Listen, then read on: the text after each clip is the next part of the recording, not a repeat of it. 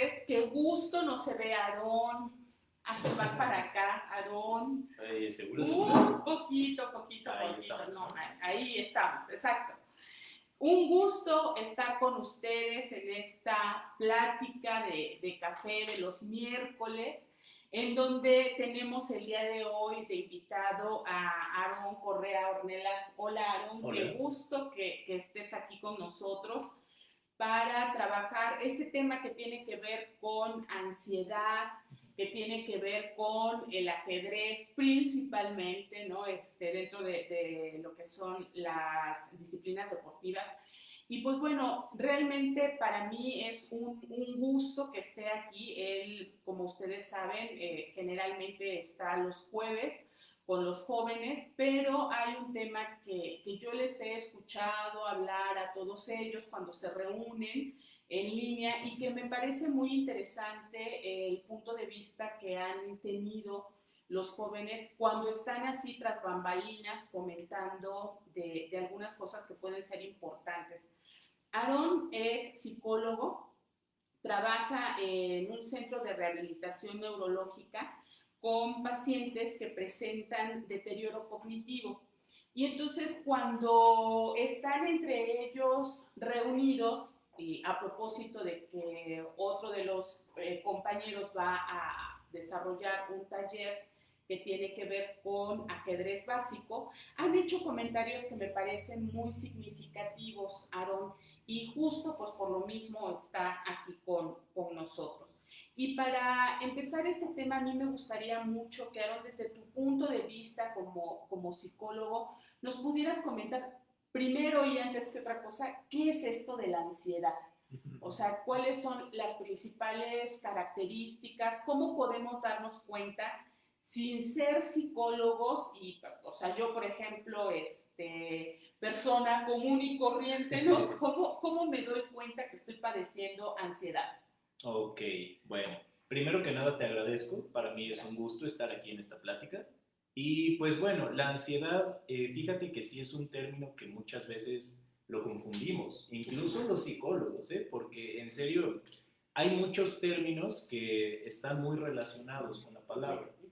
Por ejemplo, el estrés, la angustia, palabras así, muy difícilmente las separamos, ¿no? Okay. Y las llegamos a confundir mucho. Pero la ansiedad es un término que acuñaron los psiquiatras y precisamente habla de un estado en el que nosotros estamos saturados de estrés. Ok. ¿Es una sobresaturación de estrés? Exacto, sí, es una sobresaturación de estrés. El estrés es algo completamente normal en nuestras vidas. De hecho, es bueno que lo tengamos porque nos hace ser funcionales, nos hace estar atentos a ciertas cosas importantes en nuestra vida. Pero hay veces en las que esta activación se va, o sea, se va hacia el tope, se va hacia arriba, y esto ya empieza a generar toda una serie de síntomas que nosotros conocemos como ansiedad. Ok. ¿Cuáles pueden ser estos síntomas? Por ejemplo, pensando en una sobresaturación de estrés y las condiciones en las que hemos vivido a lo largo de este año, pues yo creo que de una u otra forma muchas personas tenemos ansiedad, o sea, porque hemos estado en esta sobresaturación de estrés. Pero, ¿cuáles pueden ser los principales síntomas? O sea, ¿en qué puedo yo decir, ay, a ver, foco rojo, ¿no? Ya estoy presentando estas situaciones. Sí. Bueno, obviamente va desde el más pequeño hasta ya los más graves, ¿no? Los más alarmantes. Los más comunes que podemos ver es, por ejemplo, sudoración, taquicardia, también que nos hace, esta sensación de que nos hace falta el aire, es muy común. Okay. Y sobre todo hoy en día, yo lo he visto, bueno, más bien he escuchado que muchas personas, tanto amigos como pacientes, lo padecen. Sí, de hecho, pues bueno, yo conozco personas que efectivamente han tenido que ir al médico por cuestiones de creer que les está faltando oxígeno y que ya puede ser COVID. Y les dicen, no es COVID, es una cuestión psicológica, es COVID psicológico, le mencionan, ¿no? Que esta es una cuestión. Pero si es también parte de los síntomas de la ansiedad, pues bueno, tenemos que tener ahí un ojo y una atención. Uno, cuando nosotros nos estamos sintiendo así, sudoración, dijiste taquicardia, Sí. y esta cuestión de como falta de aire, entonces de oxígeno. Sí. Si presento yo esto o alguien en la familia presenta una situación así, podemos decir que puede tener algunos síntomas de ansiedad. Claro, sí, podemos decir eso. También es bien importante que nosotros estemos bien atentos a qué situaciones o qué escenarios desencadenan estos síntomas en nosotros, porque no se suscitan así, digamos, de manera inmediata. Siempre hay una razón. Ok. Y esto, por supuesto, en mucho tiene que ver con las condiciones con las que se está viviendo, o sea, con lo que está en el contexto de la persona, ¿no? Claro. Y, por ejemplo, dentro de estas situaciones, ¿de qué forma, o sea, y esa sería como la pregunta a propósito del tema, el deporte puede tener una función para aminorar el estrés y la cuestión de la ansiedad o no? Sí, claro que sí. ¿Por qué? Sí, de hecho, pues es como la máxima de las premisas de los griegos, ¿no? O sea, mente sana, cuerpo sano. Entonces, es bien importante que nosotros de manera habitual hagamos ejercicio, porque esto nos ayuda a bajar estos niveles de estrés que pueden llegar a dispararse, sobre todo si estamos inactivos, si no dormimos bien, si no comemos bien. Son varias las situaciones que pueden hacer que se agrave la ansiedad. Ok, y ahí, pues yo digo importante que se estén incluyendo algunas cuestiones en materia educativa que tienen que ver justamente con educación sana, ¿no? Con vida saludable, que están vinculadas al tipo de alimentación que se recomienda, pero también a esta inquietud de hacer ejercicio. Hay personas que incluso recomiendan, nutriólogos, que nos dicen, bueno, la recomendación es caminar por lo menos 20 minutos. O sea, claro, si puedes caminar más, qué mejor, ¿no? Y si puedes practicar alguna otra actividad, pues qué mejor. Pero mínimamente caminar 20 minutos, y no quiere decir que doy unos pasos, me siento y voy a sumar, ¿no? Los 20 minutos a lo largo del día, sino que son de manera continua. Y bueno, nosotros en Proeduca pensamos en platicar acerca de estas cuestiones que no nos vamos a ir a las diferentes disciplinas deportivas, sino a lo que tiene que ver con el ajedrez. Pero antes de entrar al ajedrez, sí me parece que valdría la pena que precisáramos en la cuestión emocional de qué forma nos puede ayudar el deporte.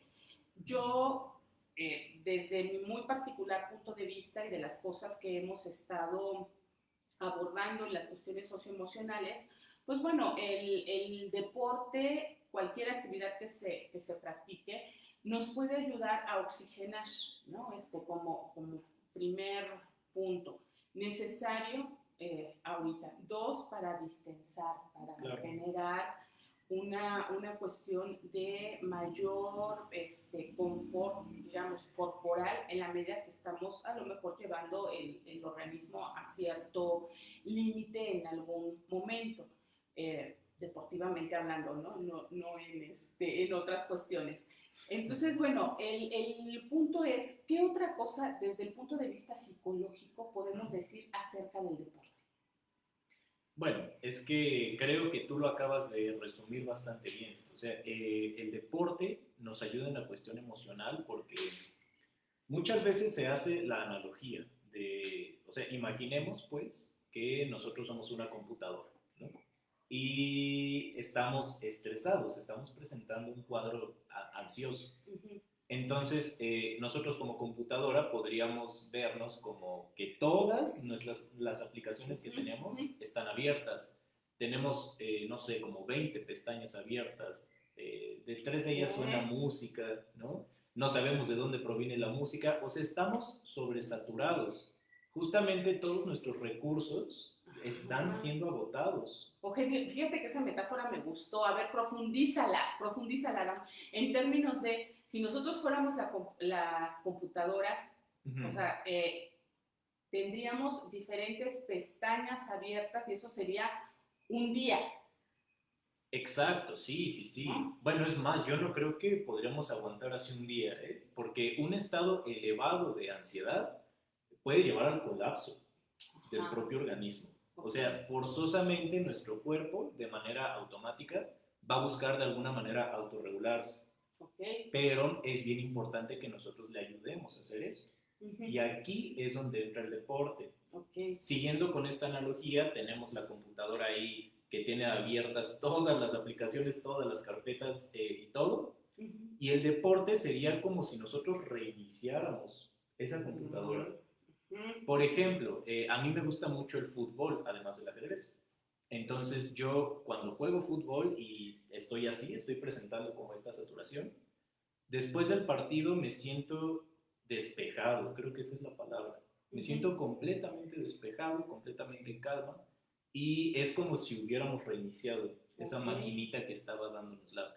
Ok, qué interesante y bueno, acá nosotros hemos hecho algunas actividades vinculadas a la meditación también para poder llegar a estos estados, ¿no? De tranquilidad, de paz interior, de ir haciendo cosas justamente para ir bajando estos niveles que podemos tener y que se presentaban desde antes, no solamente por cuestiones de la pandemia, sino pues, ya por el tipo de vida que se lleva en las ciudades, ¿no? En las grandes ciudades. Y ello, por supuesto, ahora agudizado con lo que es la pandemia. Hace una semana estuve participando en una plática con un amigo y comentaba yo de las dolencias que viven los docentes, ¿no? Sí. Y en estas dolencias yo decía, bueno, sí, o sea, es cierto que estas situaciones de lo cotidiano que hemos comentado en diferentes momentos en las pláticas de café, las viven los docentes, pero también la viven los jóvenes. Y entonces esta es una preocupación mayor porque un joven que vive permanentemente en estrés o que ha estado durante largos periodos en estrés, ¿cómo puede repercutir en su vida a futuro o no repercute y después ya como que cambió la situación y ya continúa como si nada? ¿Qué pasa ahí, Aaron? O sea, sí a futuro van a tener alguna consecuencia estos jóvenes que han vivido sobreestresados o no. Pues es que aquí sería bien importante precisar de cuánto tiempo estamos hablando. Por ejemplo, si tú me dijeras de un joven que vivió 2 semanas, ¿no? Digamos, el final de semestre, lo vivió así completamente estresado, pasa este fin de semestre y después regresa a la normalidad, no va a haber mayor problema. Okay. Pero tú hace rato mencionaste una palabra clave, que son los estilos de vida. Y muchas veces, y de manera ya casi inconsciente, nosotros adoptamos un estilo de vida estresante. Y aquí ya podemos estar hablando de años en el que nuestros niveles de estrés son elevados. Esto, claro que puede traer consecuencias a corto, mediano y largo plazo.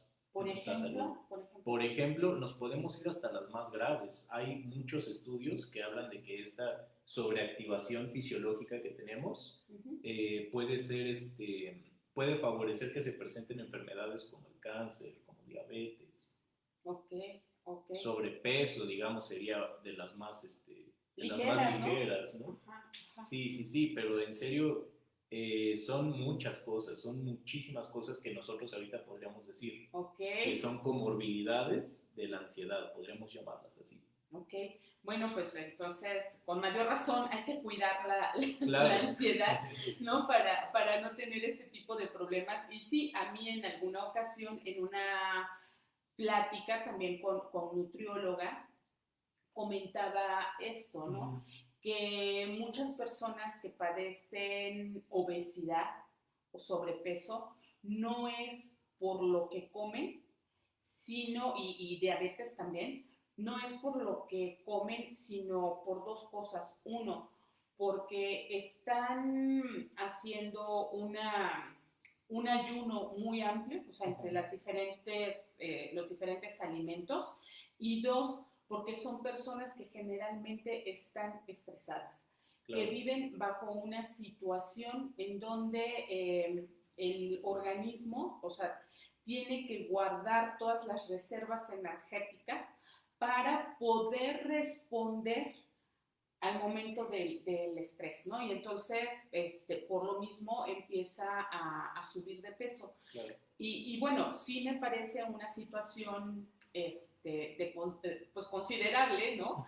De consideración, porque si decimos que el sobrepeso es pues, de las más ligeras, ¿no? En términos de lo que puede acarrear a futuro, pues esta situación de cáncer, por ejemplo, ¿no? Que comentas, pues mucho más grave. Y a lo mejor es momento de que nosotros como padres de familia o como docentes también podamos ir orientando en la formación de nuestros hijos y de nuestros alumnos para poder desarrollar estrategias que les permitan controlar esta cuestión de la ansiedad que pudieran tener o de modificar estilos de vida, que sería pues lo principal, ¿no? Y en este sentido, pues más, o sea, más allá de presentar diferentes alternativas, creo yo que la posibilidad de fomentar el deporte es fabulosa, ¿no? Las disciplinas deportivas. Y bueno, entonces vamos a entrar a esta otra área que me parece importante, que tiene que ver con el ajedrez. Y bueno, no, seguramente no todas las personas que nos escuchen son pues, expertos en esto. Claro. Seguramente yo desconozco todo del ajedrez. Entonces, Aaron, coméntanos. Primero, ¿qué es el ajedrez? Ajá. ¿Qué es? Y luego entramos a cómo nos puede servir en la vida cotidiana el ajedrez. Ok, perfecto.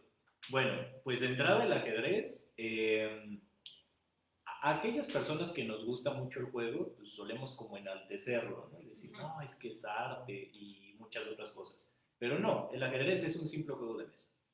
Pero es muy complejo porque entre más vas conociéndolo, entre más vas sabiendo cómo funciona el tablero, más lo relacionas con la vida misma, ¿no? O sea, a mí me gusta mucho jugar ajedrez, desde que soy niño lo hago, y la verdad es que siento que sí me ha ayudado en muchas cosas, como de pensamiento crítico, o incluso de entretenimiento, ¿no? Siento que sí es como una gran alternativa para probarlo, sobre todo en estos tiempos de encierro.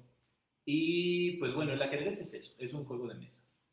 Pero nos puede ayudar muchísimo en varias cosas, porque yo había estado investigando un poquito para esta plática, y el ajedrez, hay muchas personas que lo están usando como herramienta pedagógica. Sí, es que bueno, ese es un punto importante y por eso me llama la atención, Aaron, porque efectivamente el ajedrez, desde el punto de vista pedagógico, o sea, por investigaciones, insisto, yo no lo sé jugar, me encantaría, por supuesto, aprender a jugarlo, pero lo que nos dicen es que en primer lugar desarrolla el pensamiento estratégico. O sea, y eso es importante para poder adquirir competencias diversas, o sea, el pensamiento estratégico. Dos, el pensamiento lógico-matemático también, o sea, lo favorece. Y si nosotros, ya nada más con esas dos bases, independientemente de lo que implica en sí el desarrollo de reglas de juego que te implica el aprender a convivir con el otro, a ser tolerante, la capacidad para la frustración, vamos, o sea, varias cosas que pueden estar alrededor de los juegos también de mesa. Me parece que esto del pensamiento estratégico para poder comprender diferentes aspectos de la vida resulta, bueno, sumamente interesante. Entonces, ¿cómo qué tipo de cosas o por qué nos dices tú, Aaron, que te ayuda en la vida cotidiana o que te ayuda a ver la vida desde otra perspectiva? Bueno, es que tú ya mencionaste algunos como beneficios que tiene, pero también tiene muchos otros. El siguiente que yo mencionaría sería control de impulsos. O sea, para aquellas personas que se impacientan con mucha facilidad, Okay. este juego les ayuda muchísimo porque demanda una paciencia enorme, ¿no? Demanda una paciencia para visualizar qué movimientos, qué estrategias vas a hacer, pero a la vez estando al pendiente de lo que está pensando la otra persona, de lo que está planeando la otra persona. Entonces, esto, pues así solito suena muy complejo. Ahora, en el juego se hace todavía Más más monstruoso. Sí, complejo, ¿no? exacto. Toda ahí. ¿Y cómo le hacemos para controlar la ansiedad y el estrés Bueno. al momento de estar jugando? No, pues a muchos se les dispara. Y entonces... No, no es cierto, no es cierto. No, sí ayuda mucho el ajedrez. Justo es como regulador. O sea, cuando tú te acercas por iniciativa a este juego, es porque tú ya te estás acercando con la mejor disposición. Es decir, es muy poco probable que te impacientes, vas a estar prestando atención a todo lo que pasa en el juego y sobre todo aquí las derrotas son muy, ¿cómo decirlo? Te dejan mucho, o sea, el que pierde es normalmente el que está aprendiendo más en el juego. A ver, cuéntanos, o sea, explícanos más eso. Es que bueno, son dos bandos obviamente, ¿no? Siempre hay un ganador y un perdedor. El perdedor, lo que pasa y lo que me ha pasado a mí, yo lo he vivenciado, es que una vez que tú pierdes la partida, lo primero en lo que piensas es, ¿por qué perdí? ¿Por qué perdí? Obviamente porque el otro jugador pues me superó, fue mejor en estrategia y en todo. Pero tú solito te empiezas a pensar en qué movimientos hiciste incorrectos, qué estrategia estuvo mal, y empiezas a reflexionar sobre cada movimiento que hiciste y la respuesta del otro ante eso. Y pues de alguna manera esto genera como un pensamiento autocrítico que no todos poseemos. O sea, no todos nos tomamos la molestia de, no sé, sentarnos en algún momento del día y decir, oye, ¿qué hice en este día? ¿No? ¿Por qué este día resultó ser así? Ay, eso me encanta. Sí, exacto. Me encanta, Sí. me encanta. O sea, esto pasa en el tablero, pero también se puede traslapar a la vida, ¿no? Que es como la gran maravilla que tiene este juego. Que todo lo que te ofrece también lo puedes pasar a tu propio contexto. Es que esa parte yo creo que es de verdad maravillosa. O sea, eso que nos acabas de decir, bueno, a mí me convence de fomentarlo en los jóvenes. Sí. ¿Por qué? Porque esta reflexión, esta capacidad de autoobservación que tiene que ver con la autorregulación y que es algo que hemos estado comentando frecuentemente en nuestras pláticas, es vital. ¿Por qué? Porque efectivamente muchas veces nos quedamos y nos vamos a la cama con la sensación de que el día no fue lo que nosotros hubiéramos querido. Claro. Y nos quedamos dormidos con ese sinsabor, sin saber bien a bien, digo, menos mal cuando sabes por qué te sentiste mal durante el día, pero hay ocasiones y muchas personas que no saben por qué se sintieron mal. Claro. O sea, solamente se quedan con la sensación de que fue un día no grato, ¿no? Y tener esta capacidad de regresar y ver, analizar qué fue lo que pasó. Sí. Y aún de las situaciones difíciles que ya identificamos por qué nos sentimos mal en el día y saber cómo contribuí yo para que eso fuera como fue y que no me gustara. O sea, eso a mí me parece que es una gran enseñanza de verdad y que, pues bueno, con que lográramos eso en nuestros estudiantes y en nuestros hijos estaríamos del otro lado, la verdad. Claro. Pero, ¿qué otra cosa puede llevarse así a la vida cotidiana y que tiene que ver con el ajedrez? Claro, sí, y justo ahorita estamos mencionando muchas habilidades lógicas, por así decirlo, ¿no? O sea, digamos, esto sería como lo más fácil de inferir para todos nosotros. Pero yo también estuve investigando cómo se está usando este juego en algunos países Y la verdad es que es muy interesante porque también nos puede ofrecer herramientas emocionales, nos puede instruir, por ejemplo, a los niños, les puede fomentar ciertos valores, ciertas creencias. Y esto es algo maravilloso. Por ejemplo, yo había leído que en una universidad de Nueva York, creo que en el Instituto Albert Einstein, perdón, hay como una sección de guardería y pues ahí lo que hacen muchos expertos, o sea, aquí ya estamos hablando de personas investigadoras, científicas, muy expertas, ¿no?, en el tema. Entonces lo que hacen es reunir a muchos niños en una sala, hay un tablero de ajedrez inmenso en el piso, los juegos obviamente lo ven, empiezan a corretear por el tablero, juegan con las piezas, pero lo que hacen primero es que exploren el tablero, o sea, que lo pisen. Que se familiaricen con él. Exacto. Después remueven las piezas, después empiezan a cantar canciones que tienen que ver con el movimiento de cada una de las piezas. Por ejemplo, con el peón, o sea, que avanza hacia adelante, ¿no? Y bueno, es así como aproximaciones muy sucesivas, porque obviamente estamos hablando de niños. Entonces, una vez que los niños se aprendieron la canción del peón, de cómo avanza, entonces ahora los niños se paran en esta hilera y cada niño representa un peón. Y lo que dice la instructora es, ustedes son peones, pero ustedes también son personas muy valientes, porque así como el peón solamente avanzan hacia adelante, nunca dan un paso hacia atrás. Entonces, esto a mí me parece maravilloso. Yo jamás habría hecho esa analogía entre una pieza y una persona valiente, ¿no? Que no retrocede para nada, que siempre avanza hacia adelante. O sea, esa es una de las tantas analogías que podemos hacer con este juego, que yo creo que son maravillosas. Claro, yo creo que efectivamente hay cosas que podemos retomar, que podemos ver, y sí, hay muchas escuelas que en los talleres cocurriculares tienen el juego del ajedrez y que ves a los chiquitos atentos,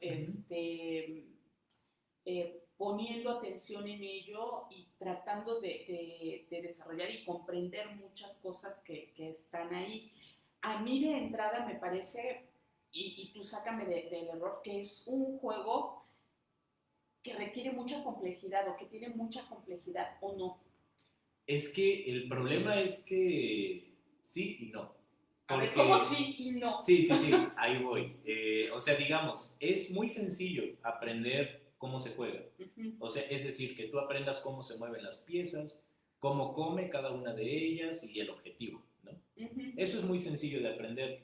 El problema es que cuando tú te vas adentrando más y más en el juego, te vas dando cuenta de la cantidad de aperturas, de tácticas, de estrategias que hay aquí, que por lo menos a mí me pasa, ¿no? Me parece un juego complejísimo. Porque en este juego la suerte no influye en absoluto. O sea, esto sí, tu victoria o derrota va a ser porque pensaste. Por propio mérito, exacto. Ok, es que, por ejemplo, ahí yo me quedo pensando en esto que tú estás diciendo, ¿no? De la cantidad de estrategias que hay para poder jugar. Cómo, si una pieza la puedes mover, sácame si no de mi error, sí, con diferentes alternativas, lo mismo hacemos cuando estamos en la vida tomando decisiones. Entonces, tomar una decisión en la vida cotidiana me implica hacer una reflexión de las cosas, por lo menos de las 2, 3 o 4 alternativas que tienes. Sí. Y por lo mismo, jerarquizar y pensar qué cosa pasaría si tomo la decisión A, qué cosa pasaría si tomo la decisión B, qué pasaría si tomo la decisión C. Sí. Y una vez que estamos parados en el supuesto de lo que pasó, decir si ahí es en donde queremos estar o no. O sea, ese es el proceso de toma de decisiones y que a veces independientemente del juego, ¿no? Estoy hablando de lo que implica tomar una decisión en la vida cotidiana y que como parte de las competencias para la vida, de las habilidades blandas que se plantean en educación, tienen que ver con esta capacidad de toma de decisiones en la vida para desarrollar un proyecto, para incluso para ir de vacaciones o para cualquier cosa en la vida, ¿no? Todo te implica una toma de decisión. Y entonces bueno, mi hija frecuentemente me dice, tú siempre utilizas ese libro en tus cursos. O sea, hay un libro a mí de Milan Kundera que me gusta mucho, que se llama La ignorancia. Y la ignorancia, o sea, en este libro Milan Kundera dice, o sea, a través de su novela, que generalmente estamos parados en la ignorancia al momento de tomar una decisión, sobre todo cuando somos adolescentes o jóvenes. Toda la vida la decisión, dice él, principalmente en estas etapas, pero a lo largo de toda la vida estamos parados en la ignorancia. ¿Por qué? Porque no sabemos bien a bien qué es lo que va a pasar a futuro y estamos tomando una decisión de cara a ello.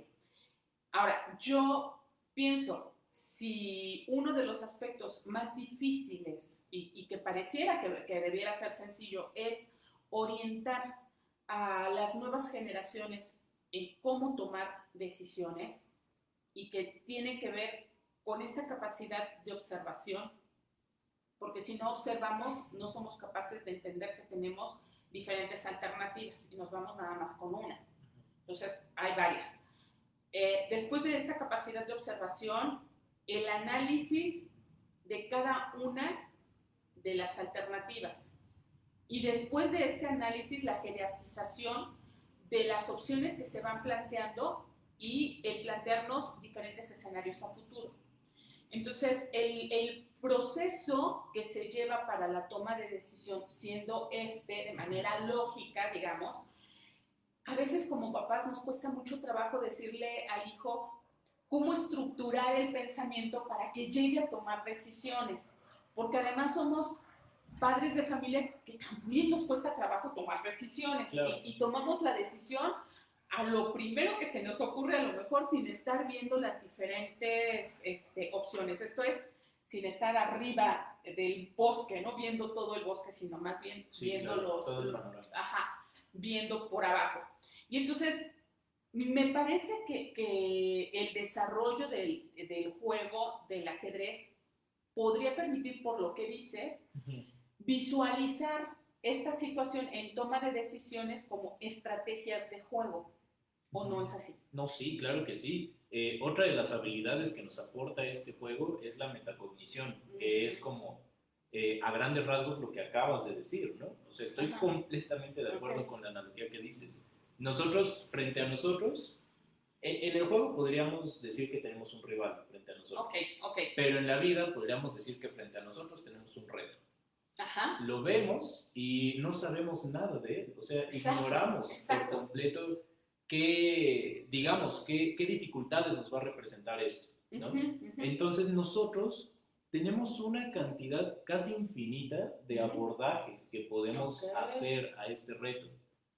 Lo mismo pasa en el ajedrez, siempre va muy de la mano.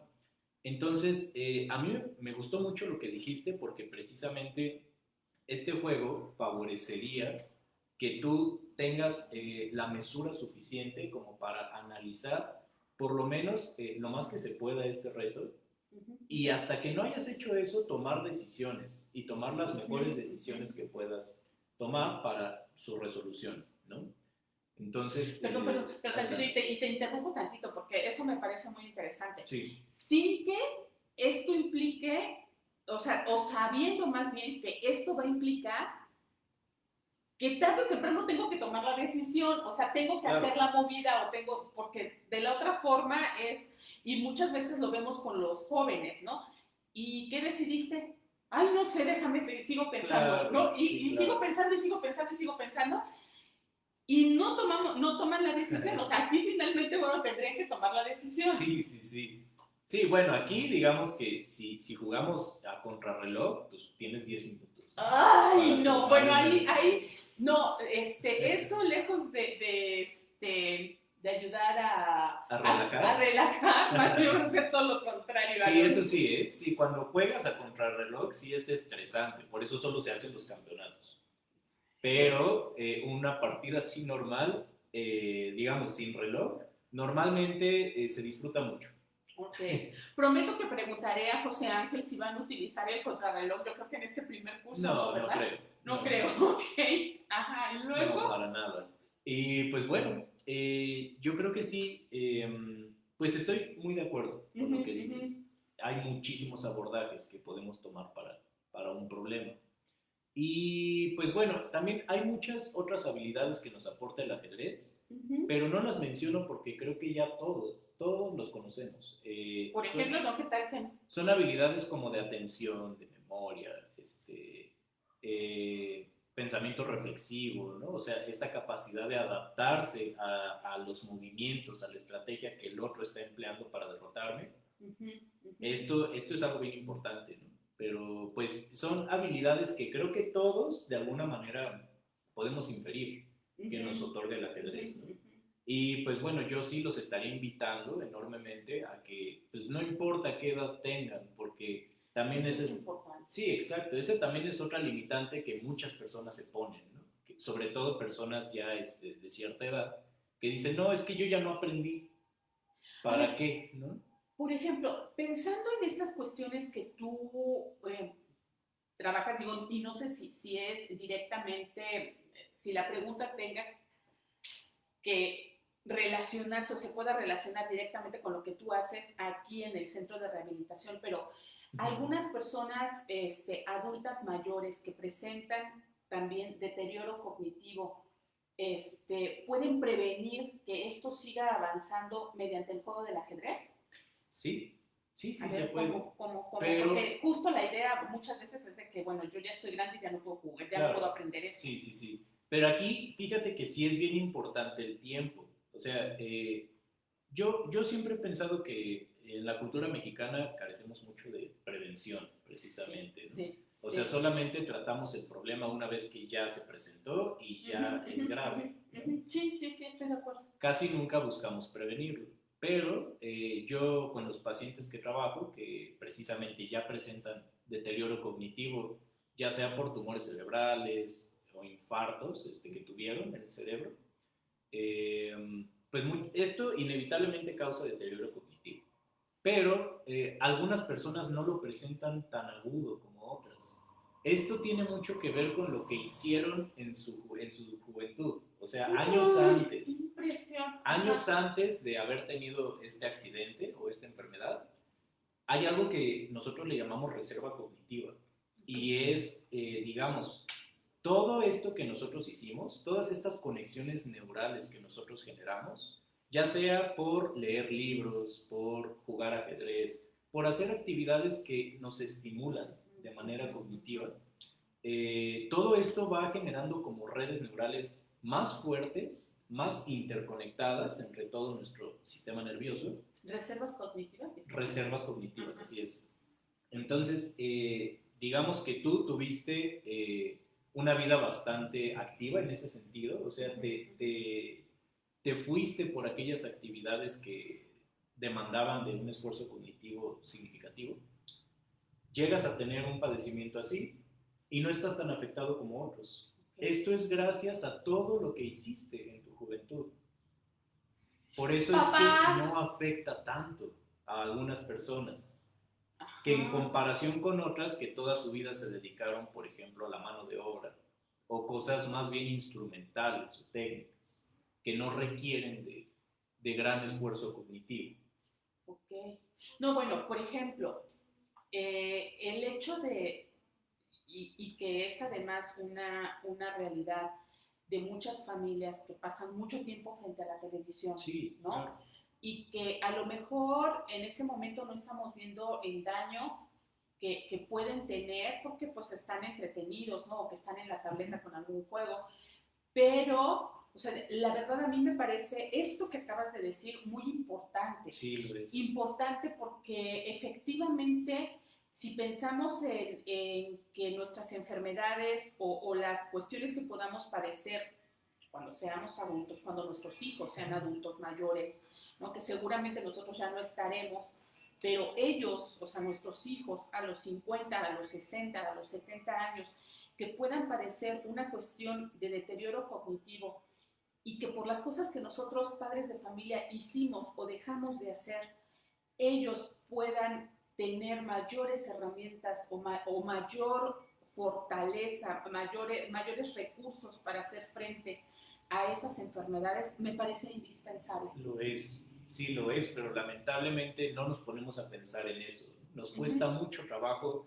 visualizar nuestra vida, lo digo desde la perspectiva de un joven, desde 10, 20, 30 años en adelante, ¿no? Claro. Eso es algo muy difícil que también tenemos que, pues, considerarlo y ponerlo a la práctica. Claro, que educar en ese sentido. Aaron, yo creo que estamos llegando nosotros, ya prácticamente nos restan 4 minutos para concluir la plática, que se va rapidísimo y que, insisto, a mí y bueno, en Proeduca es un tema que nos interesa, lo que sucede con los adultos mayores, y de ahí que también Mestli esté haciendo un proyecto vinculado a ello, que pues le nace en el corazón estar promoviendo y que ya próximamente sabrán ustedes bien a bien de qué se trata.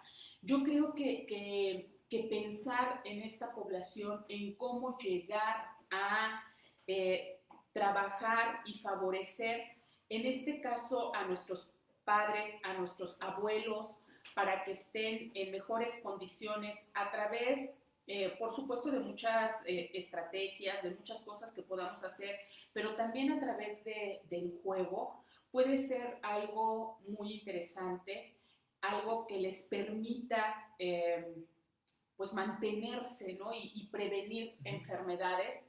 Y por otro lado, como padres de familia, si nosotros tenemos niños pequeños, ir fomentando también el que tengan un trabajo fuerte cognitivamente hablando, que les va a permitir, como nos comentaron, a futuro ser más sanos cuando nosotros ya no estemos, ¿no? Claro. Y que eso es importante.